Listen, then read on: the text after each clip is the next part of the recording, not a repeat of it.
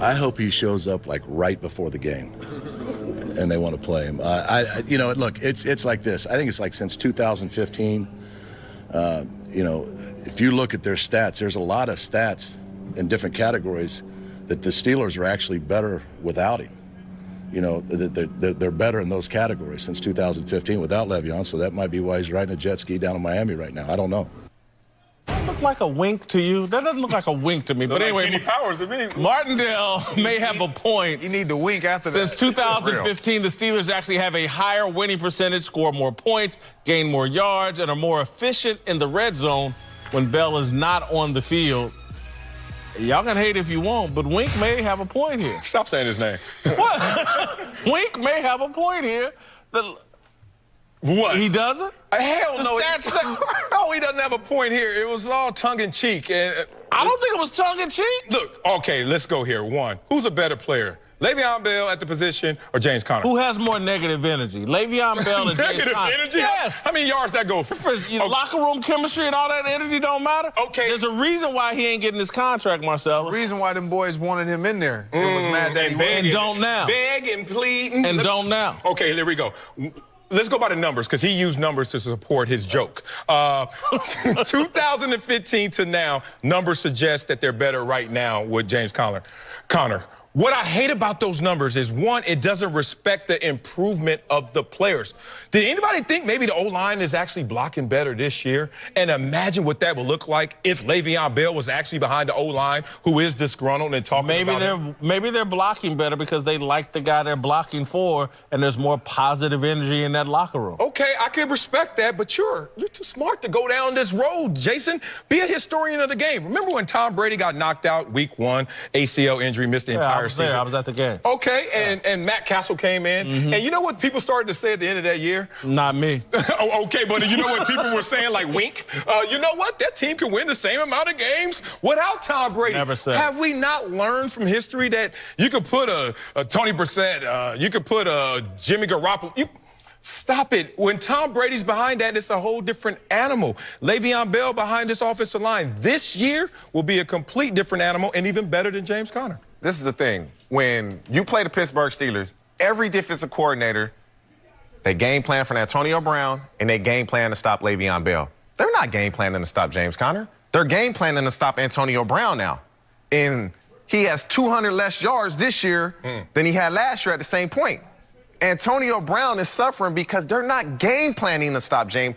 They'll let James Conner eat as long as now we stop Antonio Brown. The key is you got a game plan to stop Le'Veon Bell, and that's too hard to do. That's why they've been so successful. They're game planning to stop Le'Veon, and he's still getting off.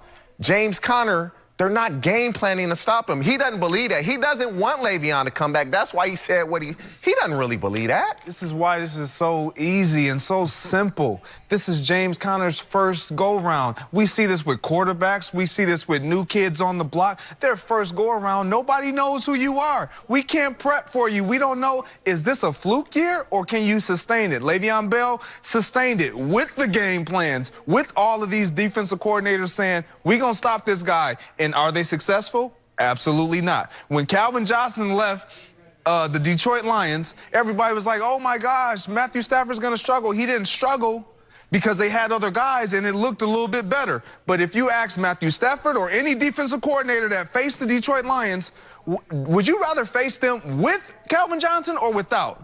Without every time, and they look better without. This is Le'Veon Bell. Without him, yeah, you can put all these numbers and say we can still win. You're supposed to. That's why we configure these rosters. Next man up, keep playing. But Le'Veon Bell, you can't replace a guy like that. The people that know Le'Veon Bell best, and look, I've been on Le'Veon's side throughout his holdout. Get your money, he's a talented player.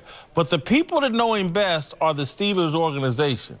And they keep repeatedly saying, he's not worth it. And so they have the most information. And they keep saying, not gonna do it. He's trouble. He's been suspended a couple of times. I think part of Le'Veon's value or what diminishes it, I think he doesn't. The guy showed up at the last minute on a Saturday before a playoff game for a walkthrough. There's some negative energy with Le'Veon Bell that this James Conner, who's overcome cancer, doesn't have. And I think that little intangible makes a difference. It does make a difference, not from a defensive coordinator's perspective. So what you just said, I would take isolated and say, okay, that's a different conversation. Why you don't want to pay Le'Veon long term? Because being a franchise player, you're getting paid. You're getting top 5 average, but we just got to put you on a short leash. I respect that. But a D coordinator, for him to come out and say this team looks better without him, he's just over there. He's over there laughing. But He's over there joking. what is he supposed to say? Oh, they're much better with Le'Veon. They're not that good with James. That's what he's supposed to say because that's who he's facing. If James Conner eats him up, he'd look like a fool for not saying what he's supposed to say that because that's who he's facing. He has no other choice but to say that. All right, thank you, Greg, TJ. Coming up, Magic Johnson isn't happy with the slow start from LeBron and the Lakers, but is he overreacting? NBA champion Dante